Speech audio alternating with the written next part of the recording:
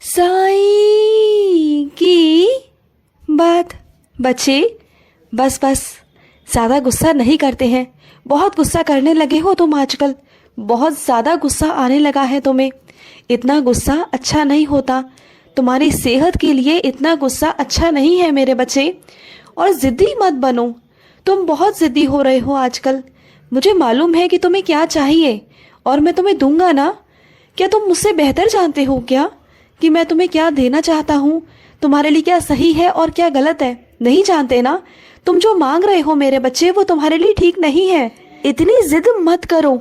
जिस जिद के लिए तुम इतना हट करके बैठे हो ना, जो चीज़ें तुम्हें परेशान कर रही हैं ना, मत करो ऐसा। खुद को इतना जिद्दी मत बनाओ मेरे बच्चे, मत बनाओ कि तुम्हें सही गलत भी पता नहीं चल पा रहा कि तुम्हारे लिए सही क्या है और गलत क्या है। तुम्हारी जिद के आगे ना कुछ भी नहीं चल पा रहा, तुम सही गलत को भी नहीं देख पा रहे हो। इतनी जिद है तुम्हारे अंदर, मत करो इतनी जिद। एक बार ठंडे दिमाग से अपनी जिद को एक तरफ करके सोच के देखो कि तुम क्या कर रहे हो अपने साथ, क्या मांग रहे हो मुझसे। तुम जानते हो कि आगे भविष्य में चलकर उससे तुम्हें कितना नुकसान हो सकता है? नहीं जानते हो तुम्हें कुछ नहीं पता मेरे बच्चे अपने बारे में। अच्छा बुरा तुम नहीं समझ पा रहे हो, इसी वजह से तुम आज परेशान हो। और यही मैं तुम्हें समझाने की बार बार कोशिश कर रहा हूँ, संकेत देता हूँ तुम्हें, हर बार संकेत दे रहा हूँ, लेकिन तुम मेरे संदेशों को, मेरे संकेतों को समझते ही नहीं मेरे बच्चे। मैं तुम्हें हर बार समझाने की कोशिश कर रहा हूँ, नहीं समझ पा रहे तुम। समझने की कोशिश करो मेरी बातों को, ठीक है? और सुनो, जो धोखा तुमने एक बार खा लिया ना मेरे बच्चे, अब क्या तुम्हें बार बार वो धोखा खाना है क्या? क्यों बार बार पीछे मुड़कर देख रहे हो? क्यों तुम पीछे जाने की कोशिश कर रहे हो? पीछे कभी मत जाना मेरे बच्चे, बिल्कुल भी मत जाना। तुम खुद भी जानते हो ना किन हालातों से, किन परिस्थितियों से निकलकर तुम यहाँ तक पहुँचे हो। जानते हो ना कितना वक्त लगा है तुम्हें अपने मन को शांत करने के लिए, कितना वक्त लगा तुम्हें उन बंदिशों से निकलने के लिए, उन जंजालों से निकलने के लिए। कितने परेशान थे तुम, कितने दुख तकलीफों से तुम वहां से बाहर निकले हो। जानते हो ना, समझते हो ना? अपने वो दिन याद करो मेरे बच्चे, जब एक एक रात, एक एक दिन तुम कैसे काटते थे। सोचो वो दिन, फिर भी तुम वहीं जाने की कोशिश कर रहे हो। मत करो ऐसा, बिल्कुल भी मत करो, क्योंकि तुम नहीं जानते हो कि क्या चीज़ें तुम्हारे साथ हुई हैं। और इन बातों के हम दोनों साक्षी हैं मेरे बच्चे। इस दुनिया को नहीं पता, सिर्फ और सिर्फ तुझे पता है और तेरे बाबा को पता है मेरे बच्चे, और कोई नहीं जानता। तेरे साथ क्या घटित हुआ है ना, इस बारे में कोई नहीं जानता मेरे बच्चे, तेरे और मेरे अलावा। मैं साक्षी हूँ तेरे साथ जो हुआ। जब मेरी रूह कांपती है तो तेरी क्यों नहीं कांपती मेरे बच्चे? मत करो अपने साथ ऐसा, बिल्कुल भी मत करो। अपने मन को ना थोड़ी तसल्ली दो मेरे बच्चे, खुद को थोड़ी तसल्ली दो।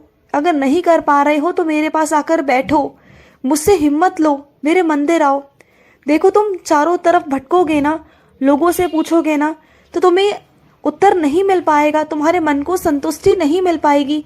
तुम्हारे मन को अगर कोई संतुष्टि दे सकता है तो वो है साईं का दरबार, साईं का मंदिर। मेरे पास आओ, मेरे चरणों में आओ मेरे बच्चे।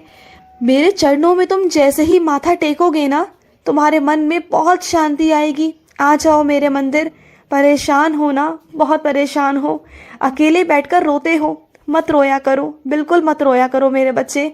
जब तुम रोते हो ना तो मेरी आंखों में से भी आंसू आते हैं। मत रो मेरे बच्चे, मत हो परेशान। जो ये हालात है ना मेरे बच्चे, इन हालातों से लड़ने की कोशिश करो, इनसे भागो मत, इनका सामना करो डट कर। तुम मेरे बच्चे हो, तुम बहुत बहादुर हो और तुम ये कर पाओगे। ऐसा नहीं कि तुम नहीं कर पाओगे, तुम कर पाओगे मेरे बच्चे। हालातों से डरते नहीं, बल्कि उनका डट कर सामना करते हैं। ये हालात ही तो हैं जो तुम्हें आगे बढ़ना सिखाएंगे। ये हालात ही हैं जो तुम्हें ज़िंदगी में सच दिखाएंगे। ये हालात ही हैं जो अपने बुरे की पहचान कराएंगे। तुम्हारा अपना कौन है, तुम्हारा पराया कौन है, इसकी पहचान कराएंगे। और तुम क्या ये आत्महत्या करने के बारे में सोचते हो? ये सोचते हो कि अपनी ज़िंदगी को ही ख़त्म कर लो। क्यों मेरे बच्चे, लोगों के लिए अपनी ज़िंदगी तुम्हें ख़त्म क्यों करनी है? क्या तुम्हें ऐसे ही थोड़ी ना मिली है ये ज़िंदगी? ये ज़िंदगी तुम्हें बहुत मेहनत के साथ मिली है, अपने कर्मों के साथ मिली है। 84 लाख जन्म काटने के बाद तुम इस धरती पर आए हो। सोच कर देखो जरा, एक बार 84 लाख गिनती लिखकर एक कॉपी में देखो, तुम्हें समझ में आएगा कि तुमने कितने जन्म काटे हैं। जब सोचोगे ना, लिखोगे, तब जाके तुम्हें पता चलेगा मेरे बच्चे कि तुम क्या अपने साथ करने जा रहे हो, किन की बातों में आकर तुम अपने साथ क्या कर रहे हो मेरे बच्चे। ऐसा बिल्कुल भी मत करो। और सुनो, जिससे भी परिश्रम करवाते हो, जिससे भी मेहनत करवाते हो ना, चाहे वो परिश्रम छोटा हो या बड़ा हो, मेहनत छोटी हो या बड़ी हो, चाहे लंबे समय की हो या कम समय की हो, उसे उसका परिश्रम का जो मेहनताना है मेरे बच्चे, वो दिया करो मेरे बच्चे। चाहे वो तुमसे मांगे ना मांगे, शर्मो शर्मी से, लेकिन तुम्हारा फर्ज बनता है कि तुम उसे ज़बरदस्ती दो, क्योंकि उसने वो तुम्हारा काम किया और ये तुम पर भार है।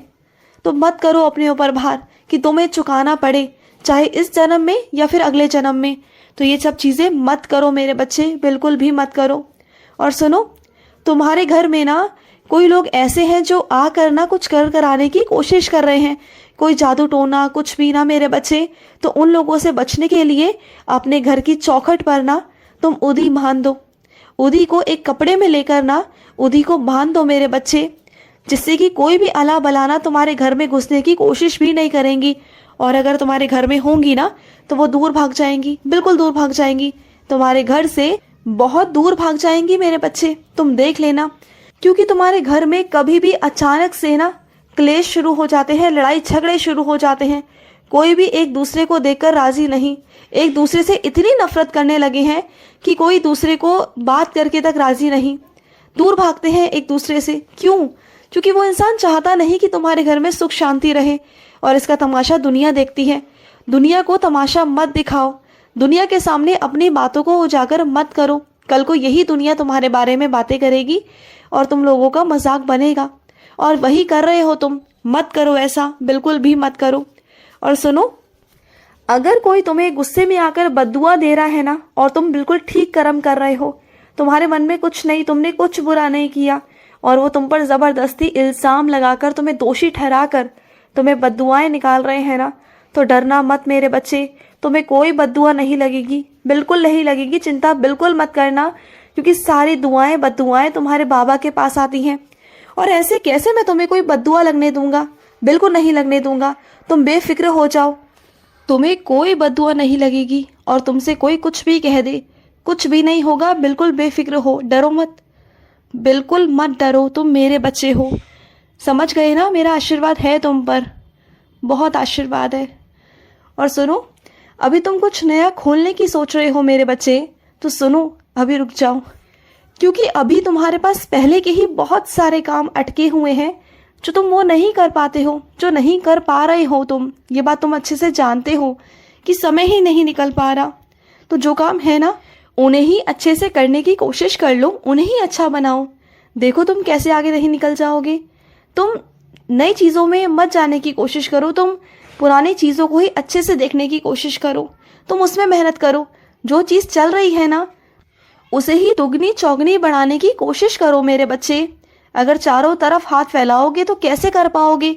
जो चीज़ें अभी तुम्हारी हैं वही नहीं कर पाते हो ढंग से, तो मत करो अपने साथ ऐसा कि खुद के आराम का भी समय तुम्हारे पास ना हो पाए। तो बिल्कुल भी ऐसा मत करो कि तुम्हें ही तकलीफ हो, तुम्हारे शरीर को ना बिल्कुल भी आराम ना मिल पाए मेरे बच्चे।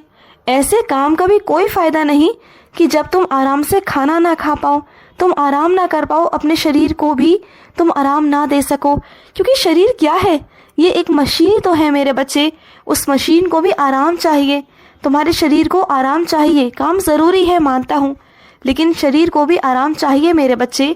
और सुनो, जिसे तुम रोकने की बार बार कोशिश कर रहे हो ना, वो नहीं रुकेगा तो नहीं रुकेगा मेरे बच्चे।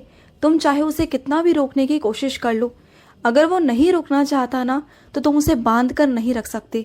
तो छोड़ दो उसे, आज़ाद कर दो, आज़ाद कर दो उसे। अगर वो तुम्हारा होगा तो वापस ज़रूर आएगा तुम्हारे पास। तुम्हारा बाबा है ना, मैं सब ठीक कर दूंगा, ठीक है? खुश रहो। आज का साई संदेश समाप्त हुआ।